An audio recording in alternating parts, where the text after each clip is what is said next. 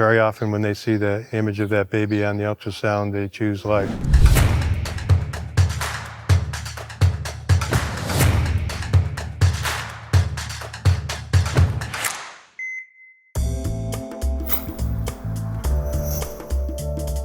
$200 fine just for honking your horn?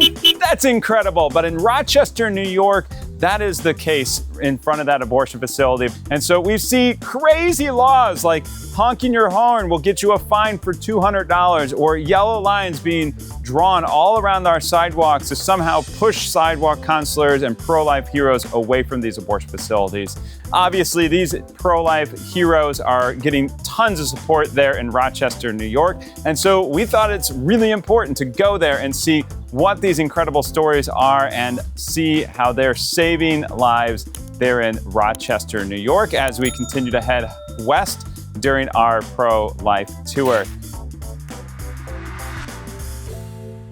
My name is Rick Paoletti, and I'm excited to be on the pro-life tour.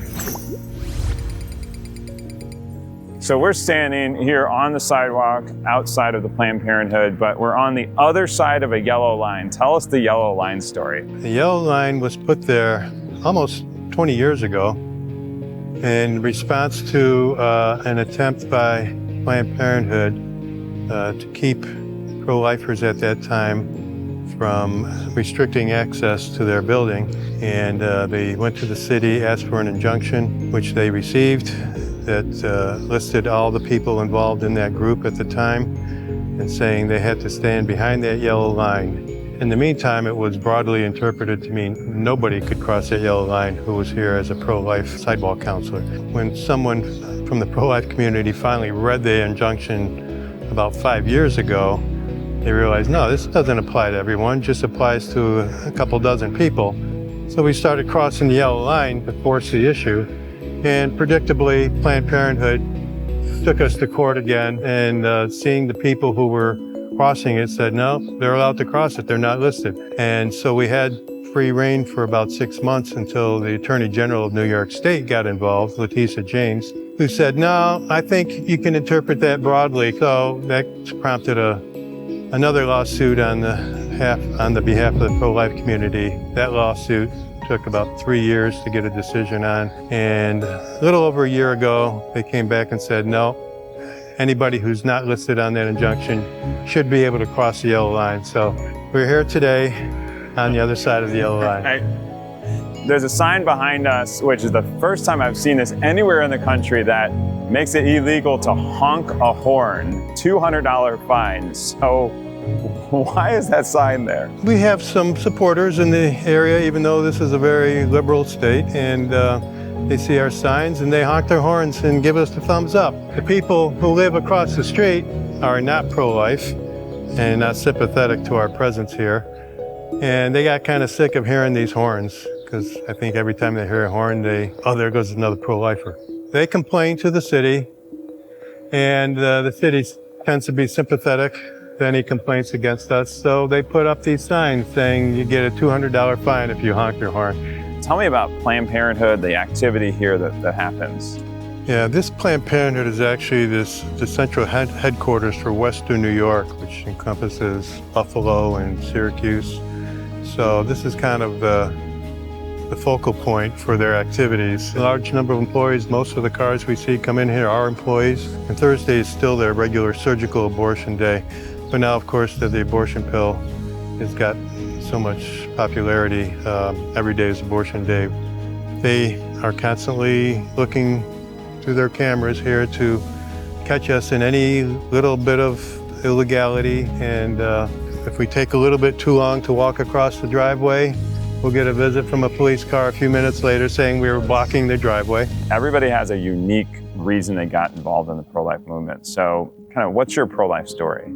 I worked with a gentleman when 40 Days for Life started back in 2007. In 2008, he actually put his hand up to lead the first 40 Days for Life campaign here in Rochester. And since I worked with him, he quickly asked me for help. I was glad to do that. It was my first involvement. I've never stood in front of an abortion clinic before that, and I didn't know what it was about. But he then had to go back to school. He wasn't able to lead it after the first year, and he asked me to take it over. I've been leading the 40 Days for Life campaign here since 2009 actually. 5 or 6 years ago, there became another effort to make a year-round pro-life presence, and that group is currently called Rock Level End Abortion. And I'm a member of that also. They sponsored some training for counselors to engage the clientele here. Since 2009, I'm sure there's some success stories, some stories out here on the sidewalk you could share. Is there anything you'd like to share? A few years ago, we actually were able to purchase an ultrasound van. We've had several successful stories where we've been able to offer women free ultrasounds. Very often when they see the image of that baby on the ultrasound, they choose life for their baby. We offer baby showers to these women who choose life. Every once in a while we'll have a woman stop, roll down the window and say, "This baby in our back seat is here because last year I talked to one of you people and you convinced me to have my baby." So that's, things like that just keep us going. Is there anything unique or different about the Rochester area versus maybe New York City? As liberal as we are in the city, we're much more pro-life, I think, than the New York environment. We have a local pregnancy center here now who has been expanding to Buffalo and Albany and now New York City.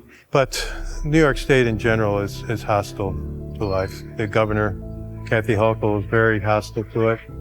She's called us imbeciles, claiming that we deceive people. Anything next for the Rochester area, or? Well, I mean, short term, we do have the Men's March. I thought abortion was only a woman's issue. Why a men's march? The founders of the Men's March have been trying to counter that line that if you're not a woman, you have no say in the issue, but every abortion involves a man. So we're looking to have men stand up, be fathers, don't abandon their children, don't abandon the women who they impregnated, support their children, take an active role in their upbringing so that they have a more pro-life society and women feel more empowered to have their babies.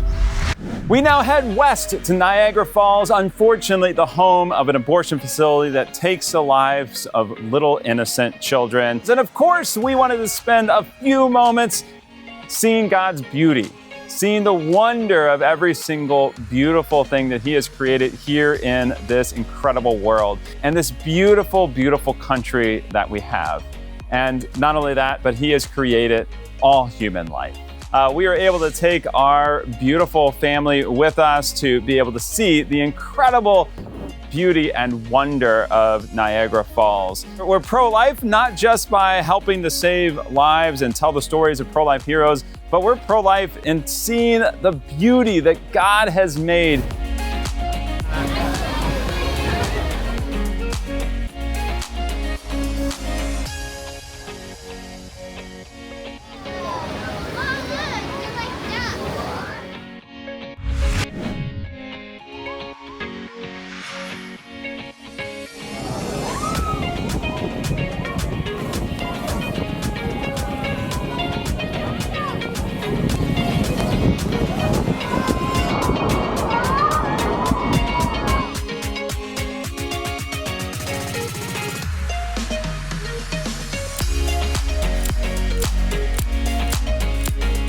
Wow, that was amazing. Niagara Falls with 7 children. It was incredible, and we were so grateful for the opportunity to go and see this incredible natural resource that God has created for each and every single one of us. But we saw what God has created through these natural resources, through these waterways and these beautiful waterfalls. Unfortunately, down the street, not far off, life is being destroyed. Hey, we're here in Niagara Falls, New York, outside of the Planned Parenthood here. It seems like everywhere here in New York they have yet another abortion facility. That's 90 abortion facilities here in the state of New York. We look at this Beautiful Niagara Falls, one of the wonders of our world and a wonder of our country. And we see this ugliness right across the way here. What a stain on our country. I just can't understand it. I just don't get it. Why would a state like New York, with all of its incredible natural beauty, why would they want to take the lives of little innocent children? You get right outside New York City and there's a lot of land, there's a lot of space and a lot of opportunities for people to grow and expand and love. And as we head to Niagara Falls, we are saddened by the lives that are lost there in Rochester and in 90 abortion facilities throughout all of New York. So thanks for being with us on this journey. Make sure to like, comment, and subscribe, and we'll see you next time at prolifetour.com.